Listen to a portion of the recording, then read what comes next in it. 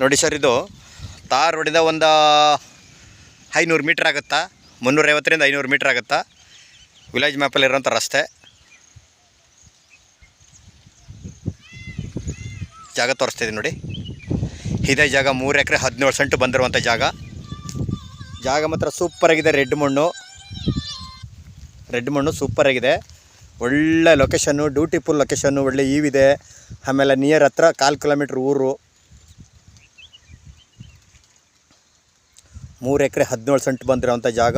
ಒಳ್ಳೆ ಬಾಗಿಸಾಗಿ ಸ್ಕ್ವೇರ್ ಆಗಿದೆ ನೋಡಿ ಜಾಗ. ಏನು ಸೂಪರಾಗಿದೆ. ಮಣ್ಣಂತೂ ಎಲ್ಲ ಫುಲ್ ರೆಡ್ ಸಾಯಲು.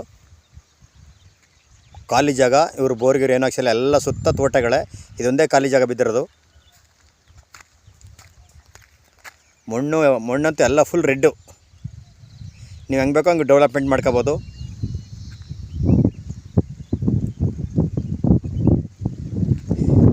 ಕೊಳ್ಳೇಗಾಲ ಟೌನಿಂದ 4 ಕಿಲೋಮೀಟ್ರ್ ಆಗುತ್ತಾ.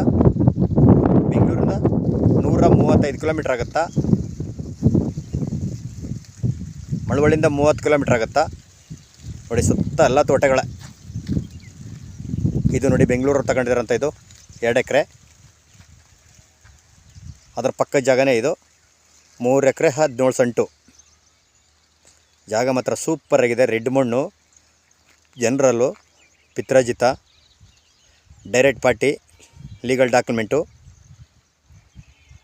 ಒಳ್ಳೆ ಲೊಕೇಶನ್ಲಿದೆ ನೋಡಿ. ಇಲ್ಲಿ ಪಕ್ಕದಲ್ಲಿ ಒಳ್ಳೆ ಗುಡ್ಡ ಎಲ್ಲ ಐತೆ. ಜಾಗ ಮಾತ್ರ ಒಳ್ಳೆ ಈವಿದೆ.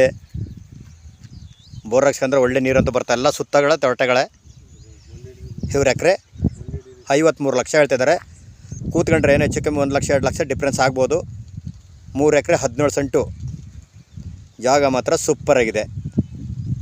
ಫೆನ್ಸ್ ಹಾಕ್ಬಿಟ್ಟು, ಬೋರ್ ಹಾಕ್ಸ್ಬಿಟ್ಟು, ಡ್ರಾಗನ್ನು, ಬಟ್ರ್ ಪುಡ್ಸು, ಪಪ್ಪಾಯಿ, ಬಾಳೆ, ಅಡಿಕೆ, ತೆಂಗು, ಮಾವು, ಸಪೋಟೊ, ತರಕಾರಿ ಬೆಳೆಯೋಕ್ಕಂತೂ ಇನ್ನೂ ಸೂಪರಾಗಿದೆ. ಟೌನ್ಗೆ ಹತ್ತಿರ ಇರುವಂಥ ಜಾಗ. ಇವರು 53 ಲಕ್ಷ ಎಕರೆ ಹೇಳ್ತಾರೆ. ಕೂತ್ಕೊಂಡ್ರೆ ಹೆಚ್ಚು ಕಮ್ಮಿ ನೆಗೋಷಿಯಬಲ್ ಆಗುತ್ತಾ.